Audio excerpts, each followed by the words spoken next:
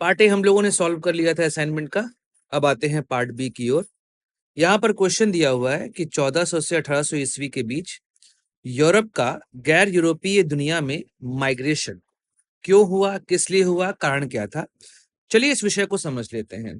आपको भी पता है कि माइग्रेशन बेसिकली इसलिए होता है जब आपको किसी एक इसेंशियल की रिक्वायरमेंट होती है, या तो वहां पे एनवायरनमेंट खराब है, या तो वहां पे आपको वो डेवलपमेंट नहीं मिल रहा है एजुकेशन टाइप का, तो आप माइग्रेशन करते हैं। लेकिन कई बार क्या होता है कि माइग्रेशन आप अपने साम्राज्य विस्तार के लिए भी करते हैं।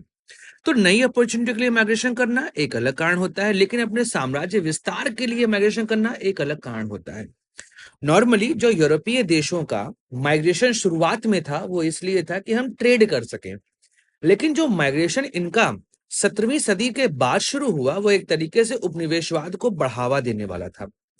अब जो कि यूरोपीय देशों में तीन चार चीजें हुई थी 1400 से 1800 के बीच में। पहला तो रेनेसॉ हुआ था, पुनर्जागरण हुआ था। इस वजह से जो धार्मिक कट्टरता थी वो लगातार कम होती गई। सेकंड जो वहां हुआ था वो प्रिंटिंग रिफॉर्म था। इस वजह से लोगों के पास पढ़ने का जो नेचर है वो डेवलप हुआ। थर्ड बात करें, इंडस्ट्रियल रेवोल्यूशन, इसकी शुरुआत हुई। और जब इंडस्ट्रियल रेवोल्यूशन हुआ तो नए मार्केट की आवश्यकता हुई, इस वजह से भी ये लोग ट्रैवल करना शुरू कर दिए। साथ ही साथ इन लोग के पास जो आधुनिक ज्ञान था, इस आधुनिक ज्ञान ने भी इनको मौका दिया कि आप जाइए और दुनिया के नए क्षेत्रों को ढूंढिए। काफी डेयरिंग थे। ऐसे में दुनिया के अलग अलग क्षेत्रों को ढूंढना इन्होंने शुरू कर दिया। जैसे कि हम बात करें, क्रिस्टोफर कोलंबस 1492 में उसने अमेरिका के रूट की खोज करी। निकला था भारत के लिए लेकिन चला गया अमेरिका। वहीं पर हम बात करें अगर वास्को डिगामा की, तो उसने 1498 में भारत आने वाले समुद्री रास्ते की खोज कर ली। या कैप्टन कुक, जिसने न्यूजीलैंड और ऑस्ट्रेलिया यहाँ का रूट खोज लिया था। तो ऐसे ही यूरोप के अलग अलग जो सेलर थे उन्होंने दुनिया के कई सारे कोने खोज लिए। अब इस वजह से जो इन्वेस्टिगेशन है या उपनिवेशवाद है, इन सब के कारण जो यूरोपीय लोग हैं वो अलग अलग क्षेत्रों में जाना शुरू कर दिए। और यह मेनली कालखंड है 1400 से लेकर 1800 के बीच का। ऐसे में Europe, Africa, north America, south America, Asia, mainly हम बात करें भारत का क्षेत्र और इंडोनेशिया का क्षेत्र, उसके अलावा ऑस्ट्रेलिया, यहां पर जाने को लेकर ये बहुत ही ज्यादा एगर थे। तो पहला चीज तो यहां पर हो गया कि इकोनॉमिकल इश्यूज थे। सेकंड ये हो गया कि उनको अपना रिलीजन को प्रोपोगेट करना था। फिर उसके अलावा कि जितना बड़ा क्षेत्र हमारे पास रहेगा उतना ही ज्यादा हम पावरफुल रहेंगे, तो पॉलिटिकल रीजन भी यहां पर हो गया। And as usual technical development भी एक बहुत बड़ा कारण रहा अलग अलग क्षेत्रों में जाने का। तो यूरोप में आप देख रहे हैं कि जिस समय माइग्रेशन शुरू हुआ उसके पीछे नई खोज करना और वहां पर कोलोनाइजेशन की शुरुआत करना। ऐसे में इन्होंने एशिया, अफ्रीका, अमेरिका, यहां पर अपना इन्फ्लुएंस बढ़ाना शुरू कर दिया। कई सारे सेलर्स जो है वो अपने नेविगेशन टूर का विवरण करते थे। इसके अलावा समुद्र में जो टेक्नोलॉजिकल डेवलपमेंट इनका हुआ, ट्रेड को लेके जो इनकी बहुत लालसा थी वह भी इनको लेके गई अलग अलग क्षेत्रों में। रिलीजियस मतलब रिलीजन को प्रोपोगेट करना है, ये भी एक कारण था। और उपनिवेश की स्थापना, जिससे कि यूरोप में हम बाहरी देशों की संपदाएं ला सके, यह एक बहुत यहाँ पर प्रमुख कारण था। तो ये दुनिया के नए क्षेत्रों में बसने लगे, व्यापार करने लगे और उपनिवेश की स्थापना करने लगे। पहले समझते हैं कारण। तो पहला कारण तो आर्थिक है। बिना पैसे के संसार में कुछ नहीं होता, भूखे पेट भजन नहीं होते। एक बार पेट की क्षुधा शांत हो गई, उसके बाद आप सारी खोजें करने को तैयार रहते हैं। मैं दुनिया में हमेशा कहता हूं केवल कबीर एकमात्र ऐसे व्यक्ति थे जो फिलोसोफर थे भूखे पेट। अदरवाइज दुनिया का कोई भी फिलोसोफर भूखे पेट फिलोसोफर तो नहीं बना। कबीर, यहाँ पर कबीर एक एक्सेप्शनल आप उनको मान सकते हैं। तो एशिया में आपको पता है कि मसाले, रेशम, विलासिता की वस्तुएं और खासकर जो कपड़े हैं, इनकी इनकी मांग यूरोपीय देशों में बहुत ज्यादा थी। अब हो क्या रहा था कि जब ऑटोमन एम्पायर बना तो यूरोप का एशिया से कनेक्शन एक तरीके से ब्रेक हो गया। कि ऑटोमन एम्पायर क्या करता था, यहां से आने वालों के साथ टैक्स लेता था और इनको धमकी देता था इस्लाम में कन्वर्ट करने की। जो इस्लाम कन्वर्ट कर इस्लाम को फॉलो करेगा या उसमें कन्वर्ट होगा उसी को आगे जाने देंगे। अब सीधे तौर पर ये जो क्षेत्र है यहाँ पर बहुत ज्यादा आपको क्रूसेड्स होते दिखाई दिए, 3 क्रूसेड्स हुए थे इस क्षेत्र में।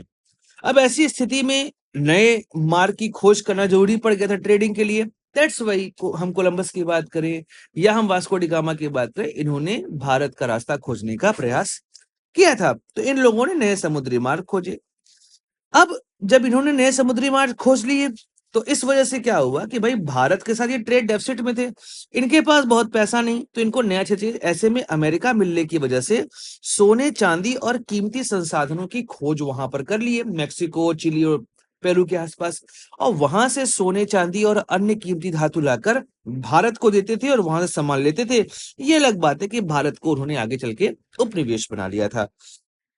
और भूमिहीन किसान, बेरोजगार, इनको भी नई भूमि मिलनी शुरू की। यूरोप तो बहुत बड़ा क्षेत्र है नहीं, ऐसे में जनसंख्या वृद्धि जो है वो वहां पे 17वीं सदी में बहुत तेजी से हुई थी। मतलब फ्रांस की, स्पेन की, यूके की जनसंख्या बेतहाशा बढ़ी 17वीं 18वीं शताब्दी में। दैट्स वाई इन लोगों को नई जमीन की आवश्यकता थी।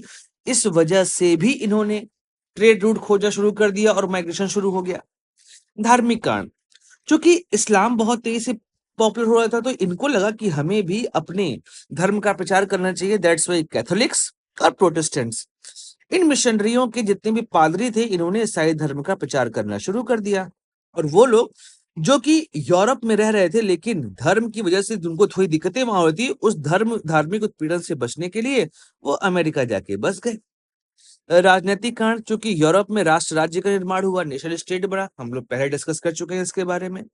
तो वहां पर स्पेन, पुर्तगाल, इंग्लैंड, फ्रांस, जर्मनी, इन सब ने उपनिवेशवाद बढ़ाने की कोशिश करी और इस प्रतिस्पर्धा ने भी माइग्रेशन को बढ़ावा दिया था। तो उपनिवेशवाद जितना बढ़ता जाएगा, साम्राज्य का विस्तार उतना ही जाया जाएगा। आप समझिए, ब्रिटेन के लिए कहा जाता था कि the sun never sets in British empire. मतलब जिस समय सन जहां पर है वहां पर ब्रिटेन का रूल है। सन अगर ऑस्ट्रेलिया के ऊपर है तो वहां भी ब्रिटेन है। सन अगर इंडिया के ऊपर है तो यहाँ भी ब्रिटेन का कंट्रोल है। अफ्रीका और उसके बाद अमेरिका, मतलब जहां भी सूरज जा रहा है वहां पर यह साम्राज्य दिखाई दे रहा है। दैट्स वाई कहा जाता था कि the sun never sets in British empire. फिर तकनीकी प्रगति, कंपास, एस्ट्रोलैब मतलब चांद तारों का की गणना करना, अच्छे जहाज, तोप बारूद, मानचित्र। अब आप यहाँ देखिए अल्दरीसी का, आप देखिए ये वाला जो मानचित्र है, ये अल्दरीसी का मानचित्र है, ये भारत का मानचित्र है। आपको कैसा समझ में आ रहा है? लेकिन आप अगर देखेंगे जो फ्रांसीसियों ने बनाया था यहाँ पे इंडिया का मैप, ये बहुत हद तक आपको एक्यूरेट दिखाई दे रहा है। मतलब मानचित्र बनाने को लेके जो इनके पास कला थी यूरोपियंस के पास, वो किसी और के पास नहीं थी। अल्दरीसी के मैप में उतनी क्लियरिटी आपको समझ में नहीं आ रही है। लेकिन आप अगर भारत के आधुनिक मैप को देखेंगे और फ्रांसीसियों के एक मैप को देखेंगे तो आपको लगभग लगभग सिमिलरिटी जो है वो देखने को यहाँ पर मिलेगी। अब यूरोपीय प्रवचन या माइग्रेशन का मुख्य क्षेत्र क्या था? वो था, पहला तो अमेरिका है। 1492 में कोलंबस निकला था। कोलंबस एक इटालियन यात्री था। अच्छा, इटली और तुर्की के बीच में एक पैक्ट साइन हो गया था। ऐसे में इटालियन के जो ट्रेडर्स थे उनको इंडिया से ट्रेड करने में दिक्कत नहीं होती थी, लेकिन जो बाकी यूरोपीय क्षेत्र थे उनको दिक्कत होती थी। ऐसे में इटली की मोनोपोली बनी हुई थी। तो जो कोलंबस है वो इटली का रहने वाला था। उसने जाके इटली के राजा से कहा कि हमको साहब मौका दीजिए, हम जाना चाहते हैं भारत का रूट खोजने। अब भाई इटली का एकाधिकार है, वह क्यों देगा परमिशन कोलंबस को?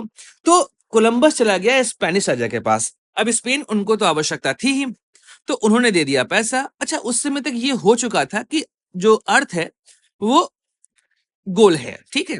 तो इसको लगा कि भाई इधर से जाएंगे टर्की पड़ेगा, एक काम करते हैं अगर ऐसे घूम के जाएं तो भी इंडिया ही पहुंचेंगे। जब ये यहां से चला पश्चिम तरफ तो जाके टकराया एक जगह पर, उसको लगा कि इंडिया पहुंच गए, पर वो इंडिया था नहीं, वो था अमेरिका। एक नया कंटिनेंट खोज लिया गया। तो ऐसे में अमेरिका खोजा गया और यूरोपीय प्रवचन वहां पे शुरू हुआ। जिस समय पहुंचा वहां पे एस्टेक एम्पायर होता था। तो स्पेनिश पहुंचते हैं अमेरिका, यहाँ पे फैलाया उन्होंने स्मॉल पॉक्स, और स्मॉल पॉक्स से लगभग लगभग अमेरिका के नेटिव्स जो हैं वो मर गए। और फिर वहां जाके यूरोपीय बसना शुरू कर दिया। फिर यूरोपियंस ने अफ्रीका से स्लेव ट्रेड करना शुरू कर दिया, तो स्लेव भी वहां पहुंचने लगे। दैट्स वाई जो वहां पे डार्क कलर के हैं वो सारे के सारे अफ्रीकन ओरिजिन है, और जो व्हाइट हैं वो सभी यूरोपियन ओरिजिन है। वहां कोई लोकल बचा ही नहीं है। तो स्पेन ने दक्षिण और मध्य अमेरिका में उपनिवेश बनाए। वहीं पर अंग्रेजों और फ्रांसीसियों ने उत्तर अमेरिका में और इनके बीच में लड़ाई लगातार होती रहती थी। आप ये समझिए, जो एंग्लो फ्रेंच वॉर हुआ था, उसके पीछे बहुत बड़ा कारण उत्तरी अमेरिका भी था। तो यूरोप के कई सारे लोग आके यहाँ यहाँ पे बस गए और एग्रीकल्चर करने लगे। अफ्रीका यहाँ पर भी आके शुरू की। ये मेनली क्या होता था कि इनकी चौकियां यहाँ बनती थी और दासों का स्रोत। जैसे मैंने आपको बताया, ट्रायंगुलर स्लेव ट्रेड हुआ करता था। ये यूरोप था, ये अफ्रीका था और ये अमेरिका था। यहाँ से ट्रेडर आते थे, यहाँ से स्लेव परचेज करते थे, यहाँ जाके उनको छोड़ते थे, वो एग्रीकल्चर स्लेव होते थे, यहाँ सामान लेके चले आते। इससे बोलते थे ट्रायंगुलर स्लेव ट्रेड। तो लाखों अफ्रीकी दासों को जबरन अमेरिका ले जाया गया और इस वजह से यूरोपीय प्रव्रजन वो वहां पे कंट्रोल्ड हुआ। लेकिन अफ्रीका के लोगों का माइग्रेशन फोर्सफुली वहां पे बहुत बढ़ गया था। एशिया में जैसे पुर्तगीज ने भारत, मलक्का, मकाऊ, इंडोनेशिया में अपने व्यापारिक केंद्र स्थापित किए। डच आए, उन्होंने भी इंडोनेशिया पे अपना कंट्रोल किया। जो कि इंडिया में वो हार गए थे, तो उन्होंने सब कुछ बेच बा दिया था अंग्रेजों के हाथ, चले गए थे इंडोनेशिया। और बाद में तो आपको पता ही है कि यूके ने सब कुछ कंट्रोल किया था। बाद में ऑस्ट्रेलिया, न्यूजीलैंड एक तरीके से जेल के फॉर्म में इसको यूज करते थे और वहां पर भी ब्रिटिश उपनिवेश बनना शुरू हो चुका था। अच्छा, प्रवचन का परिणाम क्या हुआ? तो आपको भी पता है कि सबसे पहला जो फायदा होगा वो होगा सोने, चांदी, मसाले, चीनी, तंबाकू, कपास। यह यूरोप पहुंचना शुरू हुआ और वहां के लोगों की जिंदगी थोड़ी आसान होने लगी। इंडस्ट्रियल रेवोल्यूशन के लिए नए संसाधन, नए बाजार मिले और यूरोप वैश्विक व्यापार और राजनीति का केंद्र बन गया। आप ये समझिए, जब तक सेकेंड वर्ल्ड वॉर नहीं शुरू हुआ था, दुनिया की ताकत यूरोप था। लेकिन 1939 के बाद दुनिया की ताकत यूएसए बन चुका था आफ्टर 1945। तो गैर यूरोपीय समाज पर प्रभाव, जैसे कि आप देखेंगे कि अमेरिका में जो मूल निवासी रहते थे, उनको, मैंने आपको बताया कि स्मॉल पॉक्स की वजह से बहुत उनको नुकसान हुआ, बहुत सारे लोग मर गए। अफ्रीका का दास व्यापार, इस वजह से जो अफ्रीकन थे वो बहुत पीड़ित होने लगे, उनकी जिंदगी एकदम बद से बदतर कर दी थी यूरोपियंस ने। एशिया में औपनिवेशिक शोषण, भारत का केस आपको पता ही है। लेकिन धीमे धीमे करके भारत ने अपने आप को आजाद करवाया और अपनी आर्थिक निर्भरता को अपने ऊपर किया, ना कि यूरोपियंस के ऊपर। यूरोपीय संस्कृति और ईसाई धर्म का प्रचार प्रसार हुआ। वैश्विक स्तर पे कोलंबियन एक्सचेंज, मतलब कोलंबिया मतलब जो आपका पूरा मध्य अमेरिका का क्षेत्र है, वहां से नए नए तरह के जो फसल है वो अन्य देशों में पहुंचने लगी। जैसे कि कद्दू।